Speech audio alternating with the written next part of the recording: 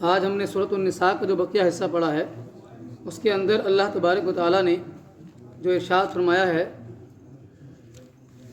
کہ فما لکم فی المنافقین فئتین واللہ ارکسہم بما کسبوا اتریدون ان تہدوا من اضل اللہ من یضلل اللہ فلن تجد له سبیلا۔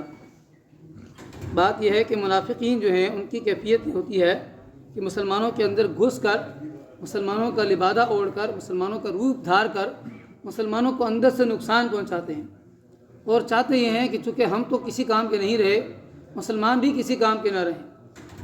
اس اعتبار سے وہ سازشیں کرتے ہیں، اور اللہ تعالیٰ نے ہمیشہ قرآن کریم کے اندر ان کی سازشوں کو بڑے کھلے طریقے سے ذکر فرمایا ہے۔ تو یہاں پر بھی فرمایا کہ دیکھو جو منافقین ہیں یہ ہمارے سامنے آتے ہیں اور جو کچھ بھی یہ کرتے ہیں اللہ تعالیٰ ان کو جانتا ہے۔ ایسا نہیں ہے کہ اللہ تعالیٰ ان کے ارادوں سے یا ان کی چالوں سے بے خبر ہے۔ اور اگر تم چاہتے ہو کہ بھئی یہ جو ہے وہ ہدایت یافتہ ہو جائیں تو اصل میں یہ ہے کہ انہوں نے خود گمراہی کو خرید لیا ہے۔ اب جو گمراہی کو خود خرید لے تو اس کو ہدایت کیسے مل سکتی ہے؟ اور وَدُّوا لَوْ تَكْفُرُونَ كَمَا كَفَرُوا، وہ چاہتے یہ ہیں کہ تم بھی ویسا ہی کفر کرو جیسا کہ وہ کفر کر رہے ہیں۔ فَتَكُونُونَ سَوَاءً، اور تم سارے کے سارے برابر ہو جاؤ۔ یہ ان کی چال ہے، یہ ان کی کوشش ہے، یہ ان کی خواہش ہے، لیکن ان کی ساری خواہش اللہ تعالیٰ تمہارے سامنے آشکار کر رہا ہے، ظاہر کر رہا ہے، نمایاں کر رہا ہے، تاکہ تمہیں ان کی سازشوں کا پتہ چل جائے۔ اس کے بعد فرمایا کہ دیکھو جو کسی بھی مومن کو قتل کرتا ہے، مومن کو قتل کرنا یہ انتہا درجے کا ایسا برا کام ہے کہ جس کے بارے میں فرمایا کہ وَمَن يَقْتُلْ مُؤْمِنًا مُتَعَمِّدًا فَجَزَاؤُهُ جَهَنَّمُ خَالِدًا فِيهَا، جس نے کسی ایک مومن کو بھی جان بوجھ کر قتل کیا اس کے لیے ہمیشہ ہمیشہ کی جہنم ہے۔ یعنی ایک مومن کو بھی قتل کرنا ناحق طریقے سے یہ اتنا بڑا گناہ ہے، اتنا بڑا جرم ہے، الا یہ کہ کوئی بندہ کسی کو قصداً نہیں، ارادتاً نہیں، غلطی سے اگر کسی کو قتل کر دے اس کے بدلے میں کیا ہوگا؟ تو اس کی دیت کی جائے گی، اس کے بدلے میں غلام کو آزاد کیا جائے گا۔ تو اس کا طریقہ ذکر کیا گیا ہے کہ اگر کسی مومن کو قتل کر دیا جائے تو اس کے بدلے میں ایک مومن کو آزاد کرنا اور اس کی دیت دینا۔ دیت مطلب اس کا فدیہ یا اس کا بدلہ دینا، جو بھی مقرر کردہ دیت ہوتی ہے کسی بھی اسلامی معاشرے کے اندر وہ اس کو ادا کرنے کا پابند ہوگا۔ اور اس میں پھر یہ ہوتا ہے کہ اگر ایسی قوم کا بندہ قتل کیا گیا کہ جس کا تمہارے درمیان کوئی معاہدہ تھا، یا کسی ایسی قوم کا بندہ قتل ہوگا کہ جو تمہارے ساتھ دشمنی تھی، تو ان ساری صورتوں کی یہاں پر دیت کا ذکر کیا گیا ہے کہ ان کا بدلہ کیا ہوگا۔ لیکن آخر میں پھر یہی بات فرمائی گئی کہ وَمَن يَقْتُلْ مُؤْمِنًا مُتَعَمِّدًا فَجَزَاؤُهُ جَهَنَّمُ خَالِدًا فِيهَا، کسی ایک مومن کو بھی جان بوجھ کر قتل کرنا یہ گویا کہ ہمیشہ ہمیشہ کی جہنم کو خریدنا ہے۔ اس کے بعد فرمایا کہ دیکھو نمازوں کی پابندی کیا کرو، کہ نمازیں تم پر اللہ تعالیٰ نے بر وقت جو ہے تم پر فرض کی گئی ہیں۔ ان الصلاۃ کانت علی المؤمنین کتابا موقوتا، ہر نماز کو اس کے وقت پر ادا کرنا یہ ضروری ہے۔ اس کے بعد اللہ تعالیٰ فرماتا ہے، منافقین کا تذکرہ کرتے ہوئے ذکر فرمایا کہ جو منافق ہیں اس سے پہلے فرمایا کہ ان اللہ لا یغفر ان یشرک بہ ویغفر ما دون ذلک لمن یشاء، اللہ تعالیٰ ہر گناہ معاف کر دے گا لیکن شرک معاف نہیں کرے گا۔ شرک اللہ تعالیٰ کو کبھی بھی قابل قبول نہیں ہے۔ ومن یشرک باللہ فقد ضل ضلالا بعیدا، وہ دور کی گمراہی میں جا کر پڑے گا۔ اس کے بعد ارشاد فرمایا یہ منافقین کے بارے میں کہ دیکھو منافق کیا ہے کہ تم کافروں کو دوست بناؤ مومنوں کو چھوڑ کر، ان کی خواہش یہ ہے۔ تو ایبتغون عندهم العزہ، اللہ تعالیٰ نے کہ اگر تم مومنوں کو چھوڑ کر کافروں کے ہاں تم جاؤ گے، ان کو اپنا دوست بناؤ گے، اپنا ساتھی بناؤ گے، کیا تم عزت کو تلاش کرتے ہو وہاں پر جا کے؟ ایبتغون عندهم العزہ فإن العزۃ للہ جمیعا، یاد رکھو کہ عزت تو صرف اللہ تعالیٰ کے پاس ہے، ہر قسم کی عزت اللہ تعالیٰ ہی دینے والا ہے، اور اللہ تعالیٰ نے یہ بات نازل کر دی ہے۔ اور پھر یہاں پر یہ بھی فرمایا گیا کہ یا ایھا الذین آمنوا آمنوا باللہ ورسولہ، اے وہ لوگوں جو ایمان لائے ہو ایمان لاؤ اللہ پر، اس کے رسول پر۔ کیا مطلب؟ اللہ ہم تو ایمان لا چکے ہیں، ہم کس طرح کا ایمان لائیں؟ فرمایا کہ نہیں، ابھی ایمان تمہارے دلوں میں نہیں اترا، اس ایمان کو دلوں میں اتارو۔ تو دوسروں کو جہاں ہم اسلام کی طرف دعوت دیتے ہیں، قرآن ہمیں ایمان کی دعوت دے رہا ہے کہ بھئی تم دوسروں کی فکر کرتے ہو کہ بھئی ان کو اسلام کے دائرے میں داخل کیا جائے، بہت اچھی بات ہے، لیکن اس سے پہلے تم اپنے آپ کو اس ایمان کے دائرے کے اندر داخل کرو۔ پھر منافقین کا ذکر پھر فرمایا آخر میں، ان المنافقین یخادعون اللہ وهو خادعهم، یہ اللہ کو دھوکہ دینا چاہتے ہیں منافق۔ وَإِذَا قَامُوا إِلَى الصَّلَاةِ قَامُوا كُسَالَىٰ، جب یہ نماز کے لیے کھڑے ہوتے ہیں تو سستی کے ساتھ آتے ہیں، یعنی وہ معاشرہ ایسا معاشرہ تھا نا کہ جہاں پر تو کوئی بندہ نماز سے غیر حاضر ہونے کا تصور بھی نہیں کر سکتا تھا، لیکن یہ منافقین جو تھے یہ مارے بندے آتے تھے نماز پڑھنے کے لیے، دل نہیں کرتا تھا لیکن پتہ تھا کہ بھئی اگر نماز پڑھنے نہیں جائیں گے تو پتہ چل جائے گا کہ بھئی یہ منافق ہے۔ تو اب تو وہ کیفیت ہی نہیں رہی، اب تو بڑے پکے مسلمان اپنے آپ کو کہنے والے وہ بھی نمازوں کی پابندی نہیں کرتے۔ تو فرمایا کہ یہ نفاق کی علامت ہے کہ نماز کے لیے آنا لیکن سستی کے ساتھ اٹھنا۔ یراؤون الناس، یہ لوگوں کو دکھانے کے لیے نماز پڑھتے ہیں، ولا یذکرون اللہ الا قلیلا، اور اللہ کا ذکر نہیں کرتے مگر تھوڑا سا۔ مذبذبین بین ذالک، یہ مذبذب ہے، شک میں پڑے ہوئے ہیں، لا الہ ہؤلاء ولا الہ ہؤلاء، نہ اس طرف ہے نہ اس طرف ہے، ان کی ایمان کی کوئی کیفیت نہیں ہے۔ فرمایا کہ ان المنافقین فی الدرک الاسفل من النار، یہ وہ لوگ ہیں کہ جو جہنم کے سب سے نچلے درجے کے اندر ہوں گے، ولن تجد لهم نصیرا، اور تم ان کا کوئی مددگار نہیں پاؤ گے۔ اس کے بعد چھٹا پارہ ہم نے شروع کیا ہے۔ چھٹے پارے کے اندر اللہ تعالیٰ سورہ نساء کے اندر ارشاد فرماتا ہے کہ اللہ تعالیٰ غلط بات کو پسند نہیں کرتا، الا یہ کہ کوئی مظلوم شخص اپنے اوپر کیے جانے والے ظلم کے خلاف اگر آواز اٹھاتا ہے تو اسے ایسا کرنے کی اجازت ہے۔ پھر اللہ تعالیٰ نے کافروں کے اس طرز عمل کا ذکر کیا کہ یہ لوگ اللہ اور اس کے رسول کے درمیان تفریق کرتے ہیں، اور اللہ کی بات کو تو مانتے ہیں، رسول کی بات کو نہیں مانتے، اور دوسرے ترجمے کے مطابق یہ ہے کہ اللہ کے بعض رسولوں کو مانتے ہیں، بعض رسولوں کو نہیں مانتے۔ ان جو یہودی ہیں وہ حضرت موسیٰ علیہ السلام کو مانتے ہیں لیکن حضرت عیسیٰ کو، نبی اکرم صلی اللہ علیہ وسلم کو نہیں مانتے، اور اسی طریقے سے جو عیسائی ہیں حضرت عیسیٰ کو مانتے ہیں لیکن حضرت موسیٰ کو، نبی اکرم صلی اللہ علیہ وسلم کو نہیں مانتے۔ تو ان کی کیفیت یہ ہے کہ بعض نبیوں کو مانتے ہیں، بعض نبیوں کو نہیں مانتے۔ تو اس بارے میں اللہ تعالیٰ نے ارشاد فرمایا۔ مومنوں کا طرز عمل کیا ہے کہ وہ اللہ اور اس کے رسول کے فرامین کو بیک وقت مانتے ہیں اور کوئی تفریق نہیں کرتے رسولوں میں۔ ہمارا ایمان ہمارے پیارے نبی پر بھی ہے، اور حضرت عیسیٰ پر بھی، حضرت موسیٰ پر بھی، حضرت داؤد پر بھی، حضرت سلیمان علیہ السلام، سارے نبیوں کے اوپر ہمارا ایمان ہے۔ اس کے بعد فرمایا کہ یہودی جو ہیں وہ سیدہ مریم کی کردار کشی کیا کرتے تھے، حالانکہ وہ پارسا اور پاک دامن عورت تھیں۔ تو اسی پارے کے اندر اللہ تعالیٰ نے اس بات کا بھی ذکر کیا کہ یہودی اپنے طور پر حضرت عیسیٰ کا کیا کر چکے تھے، ان کو شہید کر چکے تھے، لیکن اللہ تعالیٰ نے ان کو موت نہیں دی بلکہ ان کو اٹھا لیا، برفعہ اللہ الیہ۔ اسی طرح ان کو اللہ تعالیٰ نے سود کھانے سے روکا تھا لیکن وہ مسلسل اس غلط کام کے اندر ملوث رہے۔ اللہ تعالیٰ فرماتا ہے کہ اللہ تعالیٰ نے ان کافروں کے لیے دردناک عذاب تیار کر رکھا ہے، اور فرمایا کہ دیکھو اہل کتاب کے جو پختہ علم والے لوگ ہیں جو کہ قرآن پر بھی ایمان لاتے ہیں اور سب کا الہامی کتابوں پر بھی ایمان لاتے ہیں اور نمازوں کو قائم کرتے ہیں، زکوٰۃ کو ادا کرتے ہیں اور آخرت پر ایمان لے آتے ہیں، ان کے لیے اللہ تعالیٰ نے بڑا اجر تیار کر کے رکھا ہوا ہے۔ پھر اللہ تعالیٰ نے قرآن مجید کو اپنی دلیل اور واضح روشنی قرار دیا ہے، اور فرمایا کہ جو بھی قرآن مجید کو مضبوطی کے ساتھ تھامے گا اللہ تعالیٰ اس کو اپنے فضل اور رحمت میں داخل فرمائے گا۔ اس کے بعد سورہ مائدہ کا آغاز ہوتا ہے، قرآن کریم کی سورہ نمبر 5۔ اس سورہ کو اللہ تعالیٰ نے ذکر کیا اور اس میں سب سے پہلے فرمایا کہ یا ایھا الذین آمنوا اوفوا بالعقود، اے وہ لوگوں جو ایمان لائے ہو اپنے وعدوں کو پورا کیا کرو، وعدوں کو ادھورا نہ چھوڑا کرو۔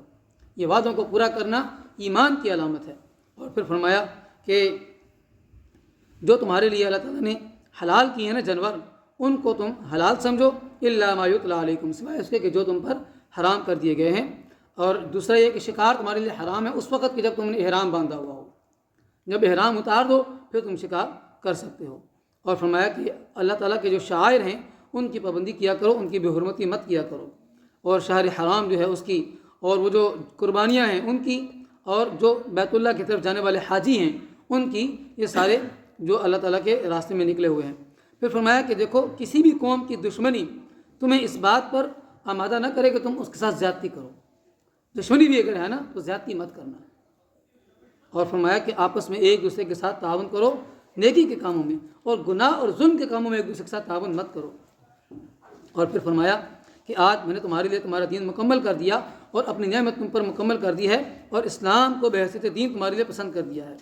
اچھا، امام بخاری، امام مسلم رحمۃ اللہ علیہ نے طارق بن شہاب سے روایت کیا ہے کہ ایک یہودی حضرت عمر بن خطاب کے پاس آیا اور آ کر کہنے لگا کہ اے امیر المؤمنین، آپ لوگ اپنی کتاب میں ایک ایسی آیت کو پڑھتے ہیں کہ اگر وہ ہم پر نازل ہوتی ہم اس دن کو عید کا دن بنا لیتے۔ تو حضرت عمر نے پوچھا کہ وہ کون سی آیت ہے؟ تو انہوں نے یہ آیت پڑھی کہ الیوم اکملت لکم دینکم واتممت علیکم نعمتی ورضیت لکم الاسلام دینا، کہ یہ جو آیت ہے اتنی زبردست قسم کی آیت ہے کہ آج کے دن میں نے تم پر اپنا دین مکمل کر دیا، میں نے اپنی نعمت کو پورا کر دیا اور میں نے تمہارے لیے اسلام کو بطور دین پسند کر لیا ہے. یہ اللہ تعالیٰ کا اعلان ہے یہاں پر. پھر اس کے بعد شکار کی بات کی گئی ہے کہ شکار جو ہے وہ کون سا حلال ہے، اور فرمایا کہ یہ سوال کرتے ہیں آپ سے کہ کون سی چیزیں حلال ہیں کھانے میں. فرمایا کہ ہر پاکیزہ چیز حلال ہے، لیکن جو پاکیزہ نہیں ہے وہ حلال نہیں ہے. تو اس کے بعد پھر اللہ تعالیٰ فرماتا ہے کہ اہل کتاب کی جو پاک دامن عورتیں ہیں، آج کل بھی لوگ کہتے ہیں نا کہ فلاں عورت سے شادی کرنا جو ابھی اسلام قبول نہیں کر رہی، تو جو پاک دامن ہوگی اہل کتاب کی اس کے ساتھ شادی کر سکتے ہیں، اس کے ساتھ نکاح ہو سکتا ہے. جو پاک دامن نہیں ہے اس کے ساتھ نکاح نہیں کر سکتے. جو اپنی عصمت کی حفاظت نہیں کر سکتی، اپنی عزت کی حفاظت نہیں کر سکتی، وہ آپ کی عزت کی حفاظت کیسے کرے گی؟ تو فرمایا کہ مسلمان عورتوں کو یہ بھی یاد رہنا چاہیے کہ مسلمان عورتوں کو صرف مسلمان مردوں سے ہی شادی کرنی چاہیے، لیکن مسلمان مردوں کو اس بات کی اجازت دی گئی ہے کہ وہ اہل کتاب کی پاک دامن عورتوں کے ساتھ نکاح کر سکتے ہیں. پھر سورہ مائدہ کے اندر اللہ تعالیٰ نے عیسائیوں کے اس قول کو رد کیا ہے کہ وہ عیسیٰ علیہ السلام کو اللہ کہتے ہیں، نعوذ باللہ اللہ کا درجہ دیتے ہیں. تو فرمایا کہ اگر عیسیٰ علیہ السلام اللہ ہوتے یا ان کی والدہ، تو زمین پر جو کچھ بھی ہے اللہ تعالیٰ سب کو اگر موت کے گھاٹ اتار دے تو کون ہے کہ جو اللہ تعالیٰ سے پوچھ سکتا ہے؟ خدا تو وہ ہوتا ہے کہ جس کو موت نہ آئے، تو یہ تم کیسا خدا بناتے ہو کہ جس کو موت آنے والا ہے؟ اس کے بعد موسیٰ علیہ السلام کا واقعہ بیان کیا گیا کہ انہوں نے اپنی قوم سے کہا کہ اللہ تعالیٰ نے تم پر جو انعام کیے ہیں ان کو یاد کرو، اور تم میں انبیاء مبعوث کیے گئے، تم کو بادشاہت عطا کی گئی، تم کو وہ کچھ عطا کیا جو کائنات میں کسی دوسرے کو نہیں ملا. تو اللہ تعالیٰ کے اس احسان کو جتلانے کے بعد، یاد دلانے کے بعد، موسیٰ علیہ السلام نے قوم کو کہا کہ جاؤ فلاں بستی کے اندر چلے جاؤ. جب وہ نکلے تھے نا بنی اسرائیل سے، فرعون سے نجات پا کر، تو فرمایا کہ فلاں بستی کے اندر چلے جاؤ. تو انہوں نے کہا کہ موسیٰ وہاں تو ہم نہیں جائیں گے. پوچھا کیوں نہیں جاؤ گے؟ کہا کہ وہاں پہ تو ایک بہت زبردست بڑی طاقتور قوم رہتی ہے. تو موسیٰ علیہ السلام نے کہا کہ اللہ تعالیٰ کا وعدہ ہے تم جاؤ گے تو وہ تم سے شکست کھا جائے گی، وہ تمہارا مقابلہ نہیں کر پائے گی. انہوں نے کہا نہیں ہم نہیں جاتے، اور یہاں تک بات کہی نعوذ باللہ کہ یا موسیٰ انا لن ندخلها ابدا ما داموا فيها فاذهب انت وربك فقاتلا. اے موسیٰ تم اور تمہارا خدا جاؤ اور ان کے ساتھ لڑائی کرو، ہم یہاں بیٹھے ہوئے ہیں. اتنی یعنی یہ ذلیل ترین قوم تھی کہ اپنے وقت کے پیغمبر کو یہ بات کہتی ہے. دو بندے ان میں سے کھڑے ہوئے نے کہا کہ اے قوم کے لوگوں کیا بات کرتے ہو؟ موسیٰ علیہ السلام تمہیں یقین تو دلا رہے ہیں، اگر تم ایمان والے تو جاؤ اللہ تعالیٰ کی ذات پر توکل کرو. لیکن انہوں نے کہا کہ نہیں موسیٰ تم اور تمہارا خدا جاؤ، جا کر لڑو، ہم یہاں بیٹھے ہوئے ہیں، جب فتح ہو جائے ہمیں آگے بتانا. تو موسیٰ علیہ السلام نے پھر بدعا کی، کہا کہ اے اللہ میں اپنی اور اپنے بھائی کی گارنٹی دیتا ہوں، باقی اس قوم کی گارنٹی نہیں دیتا. 40 سال تک پھر وہ قوم بھٹکتی رہی، پھر کوئی قوم نہیں، کوئی جگہ نہیں ملی ان کو. 40 سال تک ان کو اللہ تعالیٰ نے بھٹکتا ہوا چھوڑ دیا. اس کے بعد اس صورت کے اندر اللہ تعالیٰ نے آدم علیہ السلام کے 2 بیٹوں کے اختلاف کا ذکر کیا کہ اللہ نے ایک بیٹے کی قربانی کو قبول کر لیا جبکہ دوسرے کی قربانی قبول نہیں ہوئی. تو جس کی قربانی قبول نہیں ہوتی اس کے دل میں کھوٹ تھا نا، چونکہ قربانی پیش نہیں کی تھی صحیح طریقے سے، تو اس نے کہا کہ میں تجھے قتل کروں گا. تو اس پہلے والے بھائی نے کہا کہ بھئی اگر تو مجھے قتل کرتا ہے تو قتل کر، میں تو نہیں کروں گا، میں کوئی غلط کام نہیں کروں گا. تو اس نے اس بھائی کو قتل کر دیا. یہ پہلا خون تھا اس دنیا میں جو کہ ایک انسان کا دوسرے انسان کے ہاتھوں سے ہوا. اب اس کو پتہ نہیں تھا کہ میں اس کی لاش کو کیا کروں. تو اللہ تعالیٰ نے ایک کوا بھیجا کہ جو اس کو بتا رہا تھا زمین کھود کر کے بھائی کو زمین میں دفن کرو. تو وہ کہنے لگا کہ ہائے میں کتنا نیچ ہو گیا کہ مجھے ایک کوے نے آ کر بتایا کہ میں اپنے بھائی کی لاش کو کیا کروں. فاصبح من النادمین. تو فرمایا کہ اس وجہ سے اللہ تعالیٰ نے فرمایا کہ جو ایک انسان کا ناحق قتل کرتا ہے وہ ایک انسان کا قتل نہیں کرتا، پوری انسانیت کا قتل کرتا ہے. اور جس نے کسی ایک انسان کو بچایا اس نے گویا کہ پوری انسانیت کو بچا لیا. اور اس صورت کے اندر اللہ تعالیٰ نے زمین میں فساد پھیلانے والے کو سخت سزا تجویز کی ہے کہ ان کو پھانسی دے دینی چاہیے، ان کو قتل کر دینا چاہیے، یا ان کے ہاتھوں اور پیروں کو کاٹ دینا چاہیے، یا ان کو جلاوطن کر دینا چاہیے. فساد برپا کرنا بہت بڑا گناہ ہے، بہت بڑا گناہ ہے، بہت بڑا جرم ہے. اور اس کی شان نزول کی بارے میں آتا ہے کہ اورینا قبیلے کے کچھ لوگ مسلمان ہو کر مدینہ آئے تو انہیں مدینہ کی آب و ہوا راس نہیں آئی، بیمار ہو گئے. تو انہوں نے اللہ کے نبی صلی اللہ علیہ وسلم نے ان کو ایک جگہ پہ بھیجے کہ جہاں پہ صدقے کے اونٹ چرتے تھے، اور فرمایا کہ جاؤ اور وہاں جا کر تھوڑی دیر رہو. تو وہاں پر وہ گئے تو انہوں نے اونٹوں کے چرانے والے کو قتل کر دیا اور صدقے کے اونٹ لے کر بھاگ گئے. تو جب بھاگ گئے تو اللہ یہ آیات نازل ہوئی کہ فساد برپا کر رہے ہیں یہ لوگ، ناحق قتل کر رہے ہیں. ان کو پکڑ کر لایا گیا اور اللہ کے نبی صلی اللہ علیہ وسلم نے ان کو ان کی آنکھوں کے اندر گرم سلائیاں پھروائیں، ان کے ہاتھ اور پیر مخالف جانب پہ کٹوائے اور پھر ان کو دھوپ میں ڈال دیا یہاں تک کہ وہ وہیں مر گئے. پھر اس پارے کے اندر اللہ تعالیٰ نے یہود اور نصارہ سے دوستی کی مذمت کی ہے اور فرمایا کہ جو ان سے دلی دوستی رکھتا ہے وہ انہی میں سے ہے. یہود اور نصارہ تمہارے دوست نہیں ہو سکتے. اور اللہ تعالیٰ نے نبی اکرم صلی اللہ علیہ وسلم کو اس بات کی تلقین کی ہے کہ اللہ تعالیٰ کے نازل کردہ پیغامات کو پھیلائیں اور دشمن آپ کا بال بھی بکا نہیں کر سکے گا.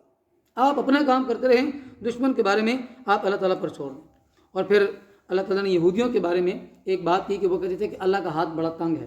وہ قالت الیہود ید اللہ مغلولہ, اللہ کا ہاتھ بڑا تنگ ہے. اللہ کہتا ہے کہ اچھا اللہ کا ہاتھ تنگ ہے, بل یداہ مبسوطتان, اللہ کے ہاتھ تو بڑے کھلے ہیں اور وہ جس طرح چاہتا ہے خرچ کرتا ہے. تمہیں جو اس نے زندگی دی ہوئی ہے تم اس کی دیکھتے نہیں ہو کہ اللہ تعالیٰ نے تمہیں زندگی کیسے دی, دنیا کے اندر کتنا تمہیں مال و دولت دیا, اور تم اللہ تعالیٰ کے بارے میں کہتے ہو کہ اللہ تعالیٰ کے ہاتھ تنگ ہیں.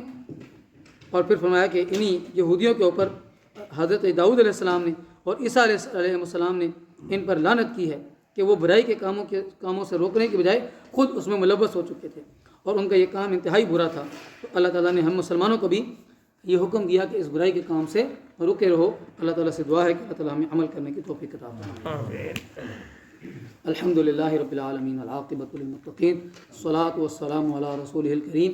اللہم ربنا ظلمنا انفسنا وان لم تغفر لنا وترحمنا لنکونن من الخاسرین. اللہم انک عفو کریم تحب العفو فاعف عنا.